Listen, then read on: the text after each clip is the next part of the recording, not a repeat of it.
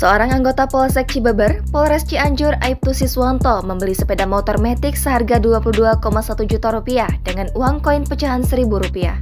Bukan main-main, uang itu dia peroleh dari hasil menabung selama 8 tahun.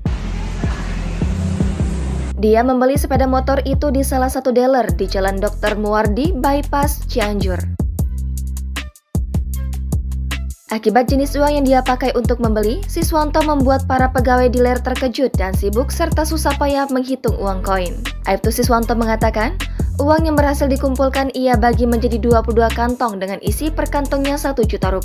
Aibtu Siswanto mengatakan, ia memiliki keinginan untuk membeli sepeda motor dan mulai menabung sejak 2013 untuk dapat membelinya. Uang koin tersebut dikumpulkannya dari sisa-sisa belanja di warung selama ia bertugas. Ia mengaku sempat ragu dan khawatir dengan uang koin yang akan dibayarkan untuk membawa sepeda motor tidak diterima pihak dealer. Siswanto mengatakan, motor baru yang ia beli ia gunakan untuk sehari-hari dalam bertugas. Kepala Cabang Dealer JG Motor Cianjur, Cepi Hermawan, mengatakan baru pertama kali ada konsumen yang membeli sepeda motor menggunakan uang koin.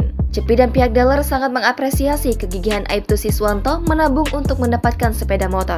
Menurutnya, itu dapat menjadi motivasi kepada masyarakat Cianjur.